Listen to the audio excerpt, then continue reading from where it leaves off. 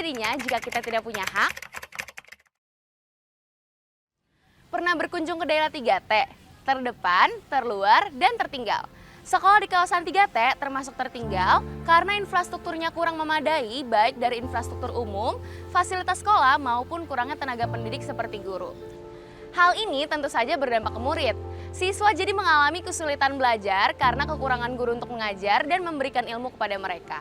Bahkan banyak siswa di daerah pelosok yang tidak mendapatkan pendidikan. Padahal setiap warga negara memiliki hak untuk mendapatkan pendidikan yang layak. Pemerintah pun memiliki program wajib belajar 12 tahun.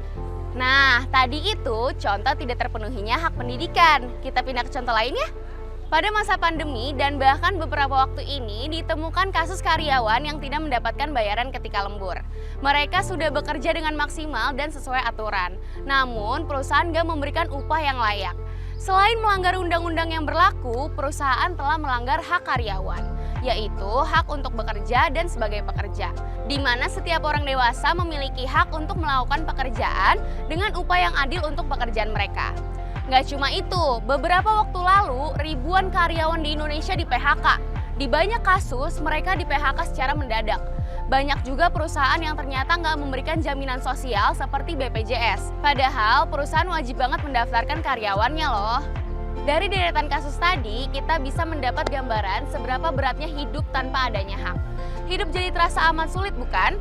Tapi sebenarnya apa sih hak itu? Kenapa keberadaannya sangat penting dan membuat hidup kita terasa berat tanpa adanya hak? Menurut Prof. Dr. Notonegoro, hak adalah sebuah kuasa atau kemampuan seorang individu untuk melakukan beberapa kegiatan seperti menerima, melakukan, dan memiliki suatu hal. Sejak kita lahir, hak telah melekat pada diri kita. Nggak bisa ditukar atau digantikan oleh orang lain apalagi dibayarin.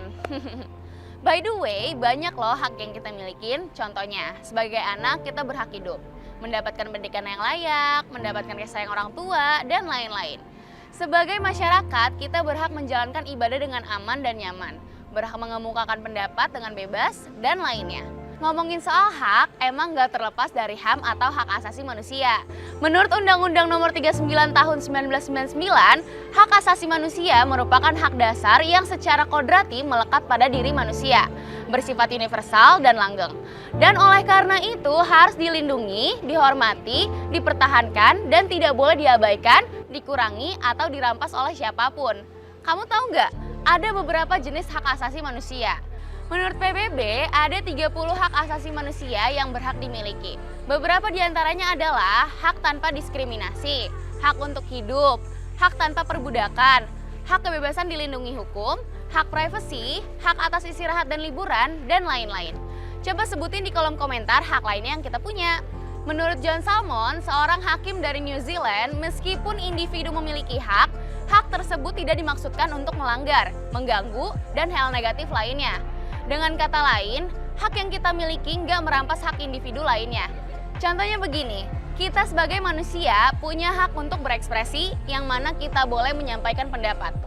Ceritanya, di sebuah forum diskusi, kamu merasa pendapatmu paling benar, lalu kamu nggak memberikan kesempatan bagi orang lain untuk berpendapat.